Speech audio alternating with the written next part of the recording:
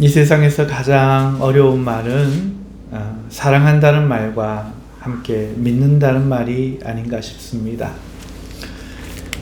사랑이란 우리 사람보다 훨씬 큰 개념인 듯 싶습니다. 또한 순수한 믿음은 사람에게는 어쩌면 불가능한 개념이 아닌가 싶습니다. 물론 우리 사랑과 교집합이 있는 것은 맞지만 그럼에도 여집합과 차집합은 우리가 도저히 넘볼 수 없는 영역인 것 같습니다. 그래서 우리가 예수님을 믿는다는 것은 양파와 같다고 생각합니다. 믿음에 대해 하나를 알고 이해했다 싶으면 금세 똑같지만 또 다른 것이 나와 당황을 안깁니다. 그래서 알아도 다 안 것이 아니요 많이 알았다 싶은데 아직도 다 알기는 영원한 것이 믿음인 것만 같습니다. 우리가 예수님을 믿는다는 것, 가변적인 나를 기반하여 믿기에 늘 변하고 우리가 예수님을 믿는다는 것에 진실을 알지 못하기에 늘 당황스럽습니다. 그래서 믿는다는 것 참 어렵게 느껴집니다. 오늘 본문만 해도 그렇습니다. 우리는 예수님이 늘 보호해 주실 줄 믿는데 그것을 굳게 믿고 의심하지 않는 것이 믿음이라 생각하는데 오늘 본문 속에서 여지없이 그런 우리와 교집합이 보이는 것이 아니라 차집합이 보입니다. 예수님은 제자들에게 귀신도 쫓아내는 권능과 병을 고치는 약한 것을 고치는 권능을 주시고 전도하러 보내십니다. 우리는 와 대단하다 싶은데 나도 저랬으면 싶은데 주님 말씀은 그런 우리의 마음과 맥을 달리합니다. 내가 너희를 보냄이 양을 이리 가운데 보낸가 같다 하십니다. 귀신을 쫓아내고 모든 병을 고칠 수 있는 사람이 뭐가 무섭겠습니까? 그런데 주님은 너희는 양이라 하시며 세상은 일이라 합니다. 심지어 이스라엘의 잃어버린 자에게 가는 길 아닙니까? 주님은 하나님의 백성 중 잃어버린 자들을 지금 일이라 말씀하고 계십니다. 잃어버린 양이라 하셔야 맞지 않을까요? 말씀 잘못했지 싶은데 일이라고 하십니다. 무엇이 양과 이리를 구분할까요? 왜 제자들은 양이고 잃어버린 자들은 이리가 되는가요? 오늘 믿음에 대한 차집합은 거기에서 발생합니다. 제자들은 주의 복음을 들고 주의 백성 중에 잃어버린 자에게 가는데 주님이 제자들을 보호하시고 지켜주실 것 당연하지 않겠습니까? 그걸 믿는 것 당연하지 않겠습니까? 낮의 해와 밤의 달이 너를 상치 못하리라 하시는 주님이신데 그것이 우리 믿음일진데 주님은 너희가 가면 그 이리가 너희를 해치는데 너희를 공에 즉 재판에 붙이며 채찍질하리라 말씀하고 있다는 거죠. 우리를 해치는 것들로부터 지키시는 분이라는 이 믿음에 우리가 가진 교집합이 아니라 우리를 안 지켜주실 수도 있다는 차집합이 나와버립니다. 심지어 주님이 주신 권능은 우리를 지키지도 못하고 공격의 능력도 되지 못하는 듯 보입니다. 귀신은 쫓아내는데 병을 고쳐주는데 아무런 자신을 보호할 능력이 되지 못하지요.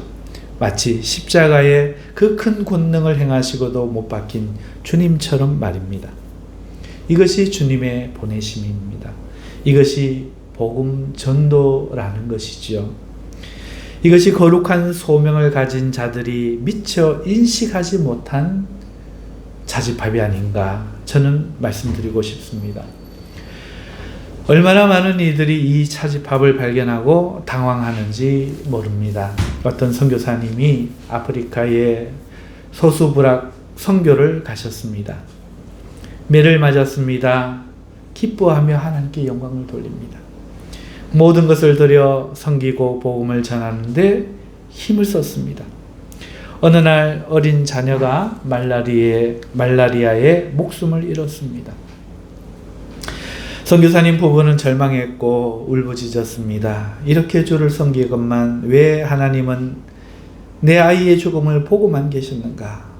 내가 부귀영화 안고했고 주를 위해 편한 삶 기꺼이 버렸건만 그저 자식 하나 믿음 안에서 예쁘게 성장하는 거 보는 거 왜 허락지 아니하셨는가?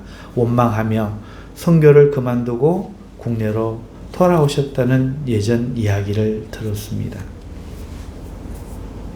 이 선교사님처럼 보냄을 받은 제자들에게 주님이 경고합니다. 너희는 죄인으로 재판에 넘겨질 거다. 채찍에 맞을 거다. 이렇게 말씀합니다. 우리의 일반적인 믿음에 응답하셔서 그렇게 되지 않게 내가 지켜줄 거다. 그러니 힘내고 용기 내서 가라. 말씀하지 않으십니다.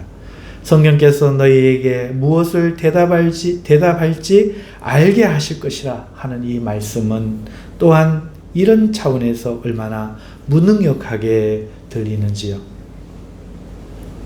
하나님이 함께 하시는데 지켜주시는 것이 아니라 그저 무엇을 대답해야 할지 역사하신다는 것이 전부이죠. 너희가 하면 이런 권능을 나타내리라가 아니라 너희가 무엇을 대답해야 할지를 알게 하신다는 겁니다. 이러보건대 복음을 전하러 가는 것은 우리의 믿음의 교집합의 영역이 아닌 차집합의 영역이 분명한 것 같습니다. 이어지는 주님의 말씀도 우리를 의아하게 합니다. 너희 가족이 너희를 죽음에 넘겨주는 일이 생길 거다. 복음을 위해 내가 나서면, 내가 하나님의 일을 하면 하나님은 너희 일을 하실 거다. 하나님이 책임지실 거다. 이렇게 우리는 배운 교집합이 있는데 주님은 반대로 너희가 복음을 전하러 가면 너희 가족이 죽음에 너희를 넘길 것이다. 너희를 이 동네에서 박해하면 저 동네로 도망가라 하십니다. 이스라엘 온 동네를 다 도망가지 못해서 인자가 오실 것이다. 이 말씀이 의아합니다. 우리 믿음대로라면 이렇게 말씀하셔야 옳지 않을까요? 너희 믿음을 인하여 너희 가족들이 회개하고 예수님 믿고 구원을 얻으리라. 온 나라가 너희를 둘러싸도 너희를 해치지 못하고 오히려 너희는 온 나라의 동네를 다니며 복음을 전하고 승리하리라. 이것이 우리가 알고 있는 믿음의 영역 아닐까요? 여러분, 영혼을 구원하는 일은 우리의 죽음으로 싹 틔우는 생명임을 오늘 이 말씀 속에서 우리는 깨달아야 합니다. 우리가 보호받고 지킴을 받아 하늘의 미랄로 그대로 있으면 우리는 보존되겠지만 또 다른 생명은 결실하지 못합니다. 또 다른 영혼이 생명을 구원받기 위해서는 반드시 우리의 피가 거름이 되어야 한다는 것이죠. 오늘 주님은 희생을 말하고 있고 죽음을 말하고 있다는 겁니다. 마태복음서는 그것을 지금 말씀하고 싶은 겁니다. 주님이 죽어 우리가 구원을 받았고 우리 선배들의 순교의 피로 복음이 이 땅에 결실을 맺지 않았습니까?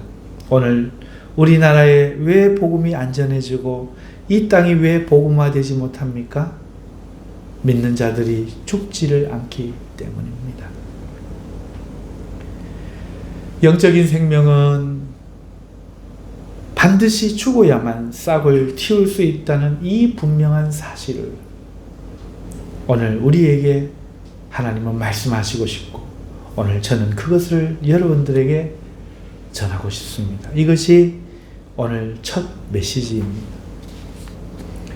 두 번째 메시지는 왜 우리는 양이고 저들은 이리인가 하는 것입니다. 양은 누구고 이리는 누구입니까? 예수님을 믿는 우리가 양이고 믿지 않는 세상이 이리입니다. 특별히 오늘 본문에서는 잃어버린 이스라엘의 잃어버린 자라도 이리라고 합니다. 우리로 치면 믿다가 믿지 않는 사람이겠죠. 당연히 이방인인 우리는 1위에 속했을 겁니다. 이 말은 믿지 않을 때 우리도 1위였다는 것이죠. 그렇다는 말은 1이냐 양이냐 하는 것은 출생의 문제가 아니고 존재의 문제가 아니라는 겁니다. 양이냐 1이냐를 정하는 것은 출생, 존재가 아니라는 것이죠. 1위로 태어나서 1위, 양으로 태어나서 양, 그것이 아니라 이스라엘의 잃어버린 양, 분명히 양입니다. 잃어버린 양이라도 1위일 수 있다는 거죠. 즉 존재가 하나님의 잃어버린 백성이라도 1위일 수 있다. 그렇다면 양과 1위됨을 결정하는 것은 다른 것이 있다는 겁니다. 그것은 바로 삶의 방식입니다. 이 세상의 삶의 방식이 무엇일까요? 강한 자가 모든 것을 가지는, 이긴 자가 모든 것을 쟁취하는 방식입니다. The winner takes it all 이란 아바의 노래를 혹시 아시나요? 사랑의 경쟁에서 다른 여자에게 패한 여자가 자신의 심정을 노래하는 유명한 곡입니다. 영화 맘마미아의 OST로도 우리에게 잘 알려졌죠.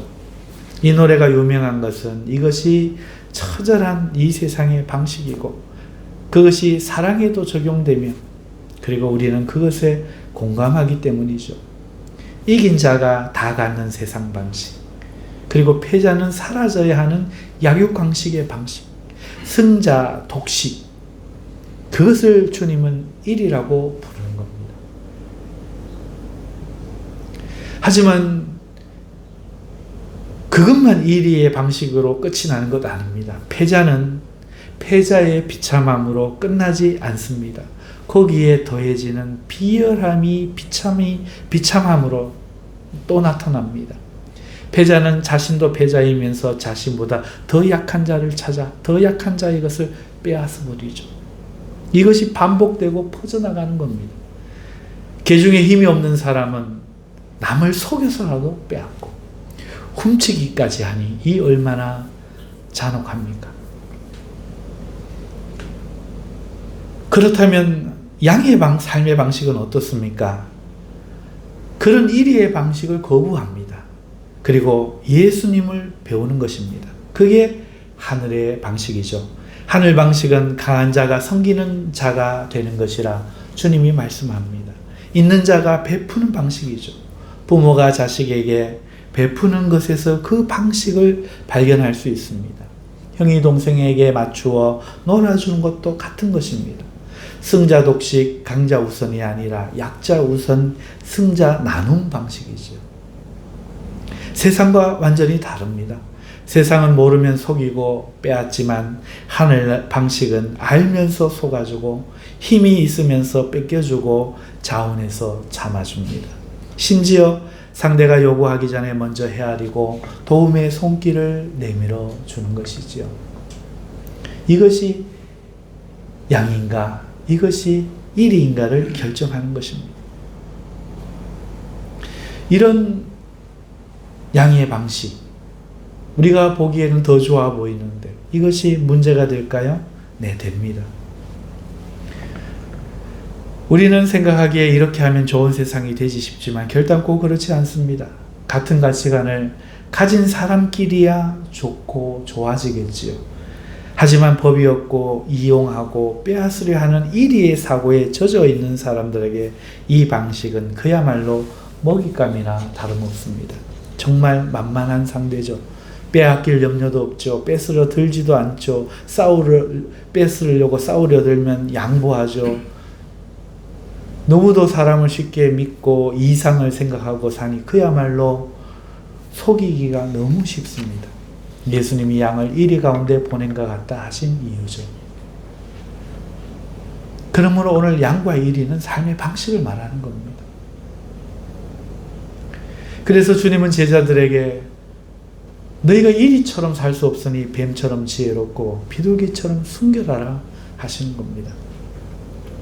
하지만 여러분, 우리는 꼭 세상에 가야 할 이유가 있습니다. 이런 1위에게 안 가면 좋겠는데, 우리끼리 살면 좋겠는데, 우리는 꼭 가야 할 이유가 있음을 알고 계십니까? 하나님은 때가 되면 마귀와 귀신들을 지옥에 쳐 넣을 것입니다. 그때 회개하지 아니하는 자들도 함께 멸망을 당하는 것입니다. 그리고 하나님께서는 그들을 불쌍히 여기고 계시죠. 우리는 그런 아버지를 사랑하니까 그래서 우리는 가야 합니다. 그리고 우리가 그렇게 불쌍히 여김을 받아 또한 구원받은 사람들이니까요. 이것이 두 번째 메시지입니다. 오늘 전할 세 번째 메시지는 왜 우리는 양이 되고 세상은 일이 됨이 이 질실이 변할 수 없는가 하는 것입니다. 세상은 늘 그래 왔습니다. 가인은 아벨을 죽였고 이집트는 이스라엘의 장자들을 죽였고 유대인은 주님과 제자들을 죽였죠. 기독교가 이 땅에 들어왔을 때 사대부와 양반 제도의 규범을 흔드는 사악한 무리들이라고 우리 조상들은 기독교인들을 처형했죠. 공산당은 기독교를 가장 미워했고 살해했습니다. 코로나 때 우리는 교회를 미워하고 증오하는 세상을 똑똑히 경험했죠. 하나님을 믿는 사람은 양이고 세상은 양을 죽이는 일인 이 법칙이 창조 때부터 현대까지 전혀 변하지 않았다는 것입니다. 그러니 이것은 진리라 할 수 있죠. 법칙입니다. 그러면 왜 이런 진리가 생기고 왜 이런 법칙이 생겨서 변하지 않을까요? 가진 가치관과 진리가 다르기 때문에 그렇습니다. 하나님 나라의 가치관과 이해는 이 세상이 수용할 수가 없는 겁니다. 너무 달라서. 물과 기름처럼 섞이지 않습니다. 심지어 하늘 방식은 섞이지 않을 뿐더러 세상 방식의 거짓을 들추어 버립니다.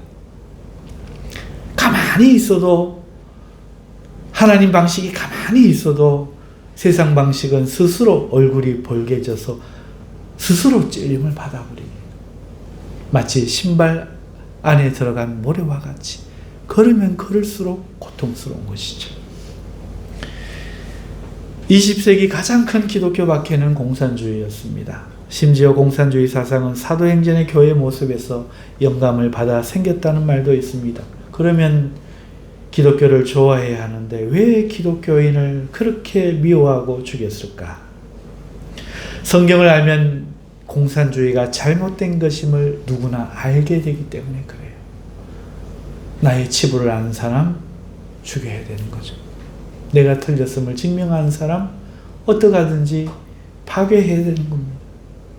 한마디로 하나님 나라의 가치관은 공산주의의 사상을 완전히 무너뜨리는 무기와 다름없습니다. 그래서 그들은 절대로 하나님 교회와 양립할 수 없는 심정을 갖는 겁니다. 15세기 타락한 중세교회는 개혁교회를 미워했고 살해했습니다. 그 이유 또한 마찬가지였어요. 올바른 성경을 개혁교회가 보여주자 자신들의 잘못하고 있는 허물과 죄가가 드러나서 참을 수가 없었던 것이죠. 오늘날 우리 삶도 마찬가지입니다. 여러분이 하늘의 방식, 곧 기독교 사상으로, 기독교 세계관으로 양의 삶을 살아보십시오. 즉시 어떤 이는 여러분에게 수치를 느낄 것이고, 그리고 분노할 것이고, 어떤 이는 여러분을 이용하고 빼앗고자 달려들 겁니다. 우리는 가만히 있어도 그들에게는 이질감으로 느껴지고 그들을 괴롭히는 존재로 느껴질 것이 분명합니다. 이것이 세 번째 메시지입니다. 그래서 우리는 양이요 그들은 일일 수밖에 없습니다. 사랑하는 성도 여러분, 우리는 성찬을 행했습니다. 종을 준비했습니다.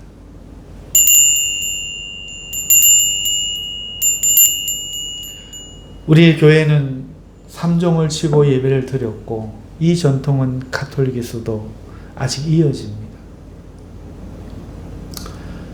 거룩한 음악과 성화들과 성상들과 노래에 사용되는 다른 기법처럼 이런 식의 말투와 하나님은 하는 말투와 노래들, 우리의 거룩한 감정을 자극하는 것 같습니다. 그런데 그것은 절에도 있고 도교에도 있으며 그러한 깨달음은 불교 경전에도 있고 무의자연의 이치에도 있습니다. 오늘 우리 기독교는 거기 그런 것이 생명을 줄 수 없다는 것을 역설적으로 고발하고 있습니다. 우리를 위해 몸을 찢어주시고 피 흘려주신 그 주님의 죽으심만이 우리에게 새로운 생명을 주는, 그런데 우리는 그것을 또 바꾸어 거룩한 표정과 슬픈 표정과 엄숙한 정서로 또 바꾸려고 해왔습니다. 누군가가 이것을 믿음으로 먹어도 믿음이라고 보지 않고 왜 불경건하냐 지적했습니다. 하나님의 능력은 거기에 있지 않습니다.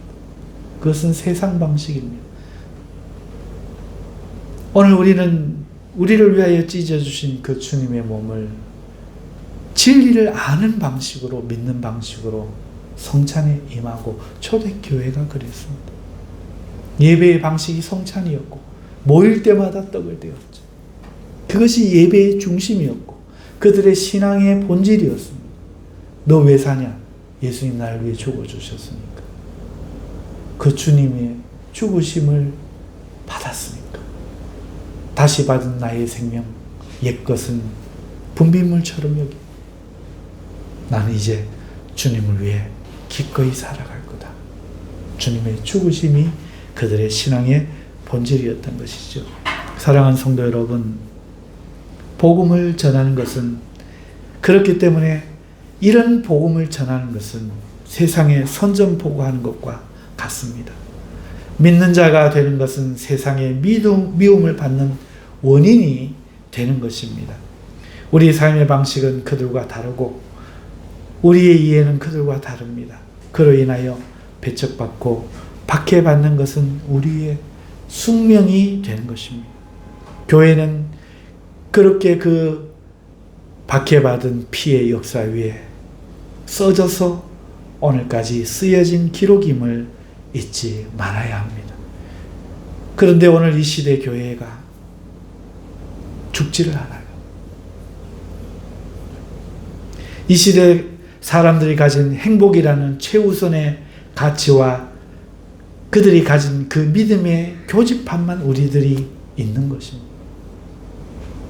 예수 믿고 행복해야지. 돈 벌어 행복해야지. 결혼해서 행복해야지. 이 행복만 생각하는 겁니다. 예수 믿고 비행 자녀들이 회개하여 돌아오고 남편이 돌아오고 경제가 회복되고 시끄럽던 삶이 잔잔해짐을 바라보며 믿음의 위대함을 이야기하는 교집합만 가득합니다. 예수를 위해 죽는 이야기가 없는 것이죠. 그것이 죄가 아닌데, 행복한 것이 죄가 아닌데, 그럼에도 한국교회는 쇠락하기 시작했고 어느덧 힘을 잃고 욕을 먹고 있는 것입니다. 아무도 죽는 일에 관심이 없기 때문이죠. 예수 믿고 살아있다는 외침은 커져가지만 예수 믿고 죽기도 해야 한다는 외침은 오늘날 거의 듣기가 힘이 듭니다. 오늘 우리는 어떻게 해야 합니까? 무엇이 맞습니까?